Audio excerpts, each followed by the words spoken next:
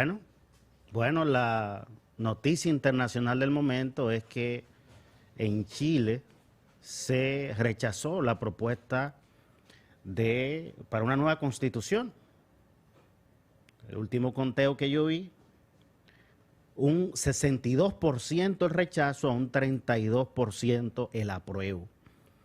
Los oficialistas estaban del lado del apruebo, fundamentalmente los de izquierda, y los partidos de oposición estaban de parte del rechazo. ¿Qué significa esto? Significa que ese Chile, cuyo 80% de la población hace un par de años quería una modificación de la Constitución, ya no lo quiere. No, no significa eso. Significa que el trabajo que hizo la convención, allá le llaman convención, aquí se llama Asamblea Constituyente, que es quien elaboró esta propuesta de modificación constitucional, lo que significa simplemente es que no están de acuerdo con la modificación propuesta, con el texto de constitución propuesta. ¿Por qué? Muchos están hablando, muchos políticos chilenos están hablando de una derrota de Gabriel Boric, el presidente de Chile, que como ustedes saben es de extrema izquierda, aunque cuando pasó a la segunda vuelta, en las pasadas elecciones en Chile, él tuvo que moderar su discurso para poder captar a apoyos del centro tanto de centro izquierda como de centro derecha, para poder vencer a su contrincante de extrema derecha. Entonces, yo creo que en vez de una derrota del oficialismo, que una derrota de Gabriel Boric, aquí lo que estamos hablando es de un aprendizaje de la sociedad chilena.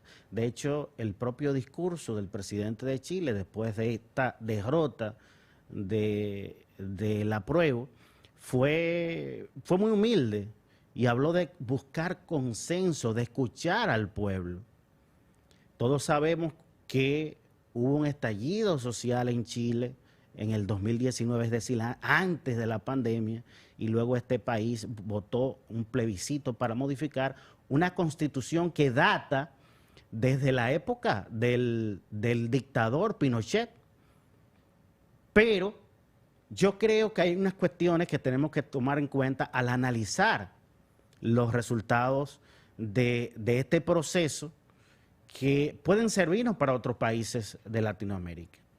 Lo primero es que, a diferencia de en República Dominicana, que se modifica la Constitución a través de una asamblea constitucional que está formada por legisladores, en Chile se vendió la idea de que las reformas no podían hacerlo los mismos de siempre, es decir, los políticos tradicionales. Así que se inventaron escoger una convención conformada por personas que tenían que aspirar a eso y fueron escogidas. Pero a mí me gusta un resumen que hace de todo esto, de toda esta cuestión, la BBC de Londres, muy objetiva, donde ellos explican que el fracaso de aprobar esta nueva constitución propuesta a través de esta convención que estaba diciendo,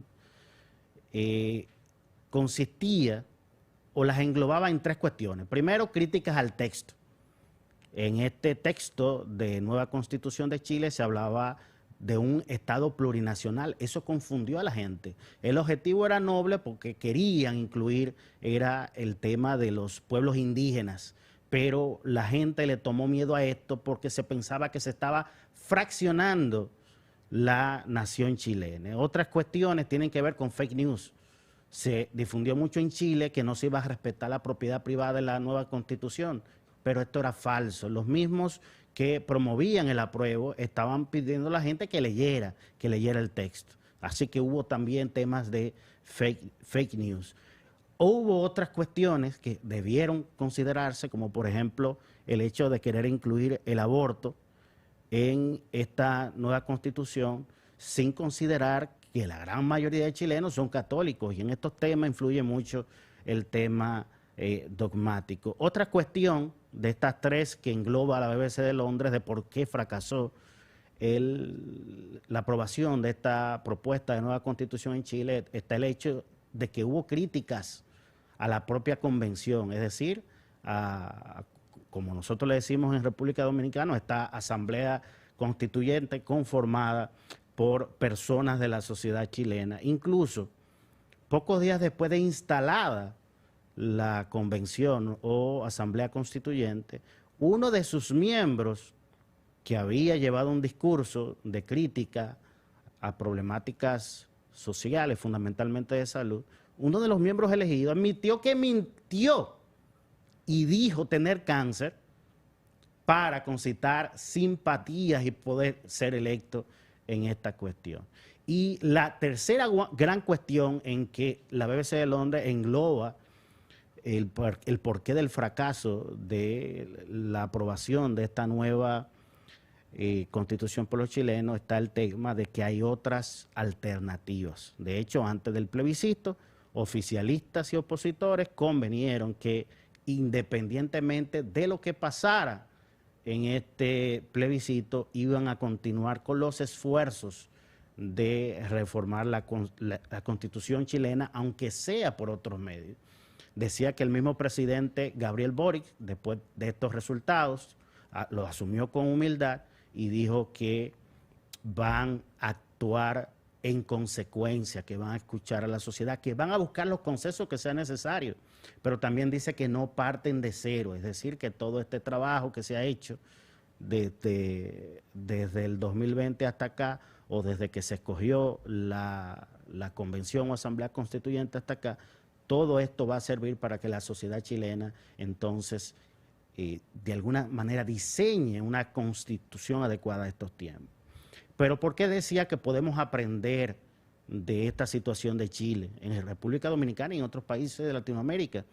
Porque, señoras y señores, los cambios se gestionan. Si bien es cierto que Chile tiene una constitución que data de la era del dictador Pinochet, también es cierto que no todo es malo dentro de esa constitución. Pero hay que entender también, y esto es un aprendizaje que me imagino que la izquierda chilena está tomando de este proceso, es que hay ciertos extremos que no se le pueden imponer a la sociedad.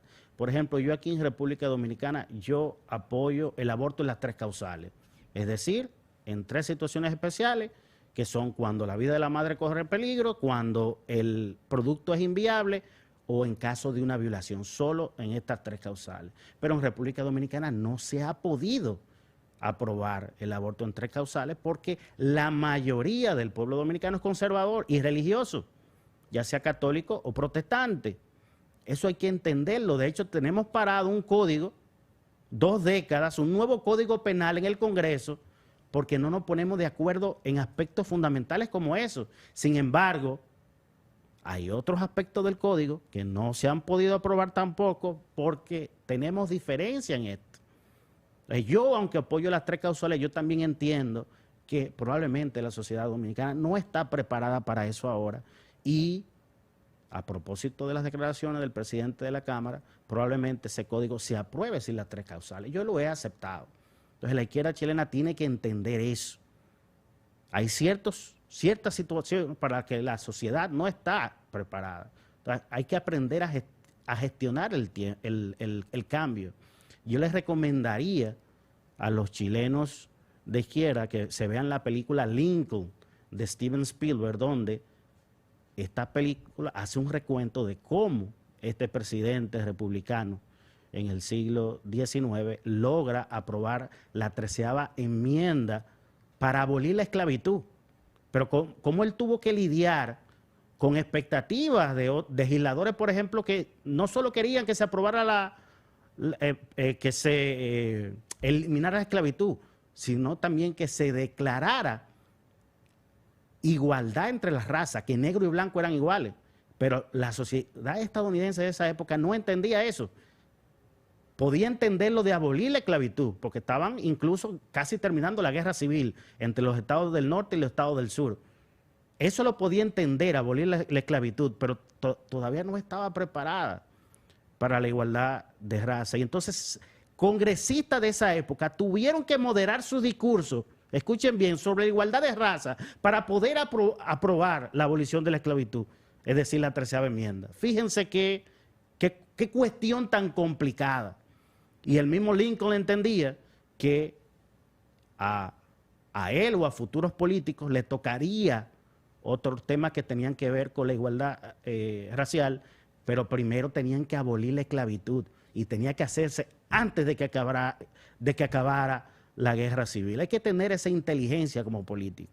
Y estoy dando este ejemplo que es un poquito más extremo y en otro contexto social e histórico, pero para entender que hay que ir empujando los cambios, pero en la medida en que las sociedades lo asimilan. Yo me defino como progresista, pero además de progresista hay que ser realista, porque si no pasa lo que pasó con este nuevo texto constitucional que fue rechazado por la gran mayoría de los chilenos. Y nos puede pasar con muchísimas otras reformas, no solo en Chile, sino en otros países de Latinoamérica. Así que atención a la gestión del cambio.